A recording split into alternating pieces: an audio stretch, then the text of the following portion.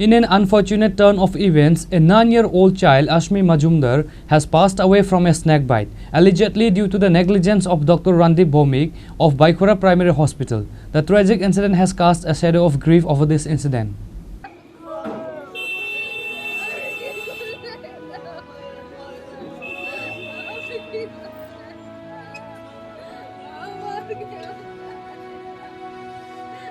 According to the family of the deceased, on Monday night, Ashmi went into her room to fetch her mobile phone when something venomous bit her on her leg. Her family immediately rushed her to Baikura Primary Health Center. There, Dr. Randip Bhomik allegedly gave her 3 injections without proper examination and asked the family to keep her under observation for 6 hours before leaving for his quarters. Shortly after, Ashmi complained of chest pain. Her parents hurried to Dr. Bhomik's quarter, who then prescribed medication for gas. After taking the medicine, Ashmi fell asleep and Dr. Bhomik instructed her parents to take her home. Back home, Ashmi's family noticed a change in her skin color and immediately took her back to the Baikura Primary Hospital. This time, Dr. Bhomik referred her to Santirbajar District Hospital. At the district hospital, a blood test confirmed she had been bitten by a snake. The doctors informed the family that the venom had already spread and it was too late. They gave her an injection and referred her to GV Hospital, but Ashmi died on the way. The deceased uncle has accused Dr. Randip Bhomik of negligence, stating that his failure to properly diagnose the bite led to her untimely death.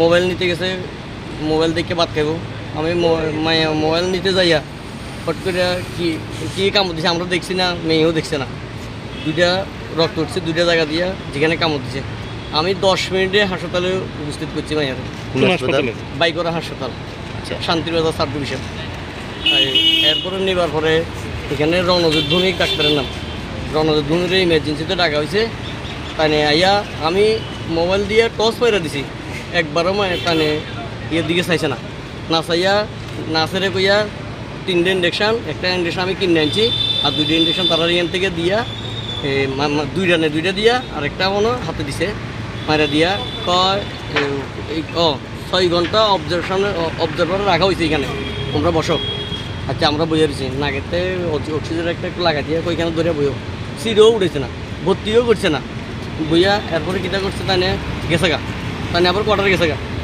ফট করে উল্টা পাল্টা করতেছে আবার ডাক দিছে আবার আইছে আয়া এবার আবার একটা ওষুধ দিছে এবার দিছে তাই গ্যাসের ওষুধ বুকের ব্যথা কইছে মাইয়া কইছে বুকের ব্যথা করে চেকও করছে না তানে যে থারুন ওইটা দিয়েও চেক করছে না তাই চেক না করিয়া তাই এটা করছে আবার একটা ওষুধ লিখে দিছে লিখে দিয়ে তাই ওষুধটা জনে আনছি আমরা খাওয়াইছি এবার মাইয়া ঘুমাইছে তো নার্স এটি কইতেছে এটা তো ঘুমাইতে আছে তোমরা নিয়ে যাও গা বাড়িতে না নিয়ে যাও না এটা তো ঘুমাই শুধু কই ইঞ্জেকশন এটা তো অ্যালার্জির ইঞ্জেকশন ঘুমাইবো তো ঘুম যেতে তারা যে গেছি কীরকম লাগে কিছু একটু ভালো লাগে বেটার আছে একটু আচ্ছা কত তোলে নিয়ে যান গা 10 মিনিটের ব্যাপার বাড়ির কাছে কয় অসুবিধা হলে আবার লিয়ে আইন কোনো ভর্তির কোনো ইয়েই লিখছে না 6 ঘন্টার অবজেকশনে রেখে দিচ্ছে তাই সাপের কামড়ানো রুগীর কীভাবে রাখা যায় তাই নিয়ে দেখছি না তাই তো কইছেন কি সাপে কামড় দিছে হ্যাঁ আমরা তো কইছি যে কিসে কামড় দিচ্ছে তো কইতে না তাই তো দেখছি এটা রক্ত উঠছে কইছি আমরা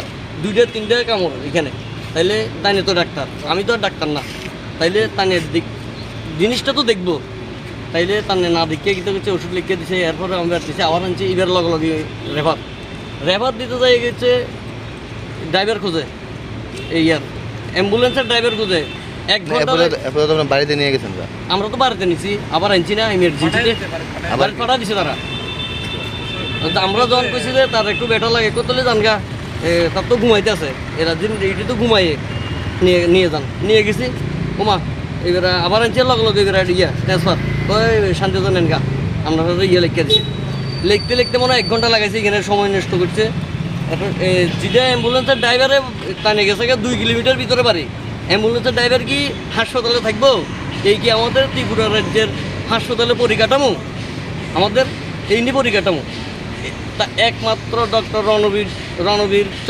চক্রবর্তী না ভূমিক তানের কারণে আজকে আমার মেয়েটা মারা গেছে আমি চাই ভবিষ্যতে আদৌ কারুর যাতে আমার মতো অসহায় বাবার মতো বুক খালি যাতে না হয় 10 বছর আমি কষ্ট করে আমার মেয়ের পালছি 10টা বছর আমার মেয়ের আমি কষ্ট করে বুক ফাইটটা হয়ে যাচ্ছে আমি মেয়ের উচ্চশিক্ষিত করবো, ইংলিশ মিডিয়াম স্কুলে ভর্তি করছি। আমি কাজ করে করে দিনে রাজমিস্ত্রির কাজ করে করে 10টা বছর আমার মেয়েরা আমি পালছি। 10 বছর আমি আমার মেয়েরা আমি ইংলিশ মিডিয়াম আমি নিজে পড়তে পারছি না। এইভাবে যদি হয় আমাদের পরিকাঠামো, শিক্ষা দপ্তরের, স্বাস্থ্য দপ্তরের যদি এইভাবে পরিকাঠামো, তা আমরা কীভাবে বাঁচবো আমরা?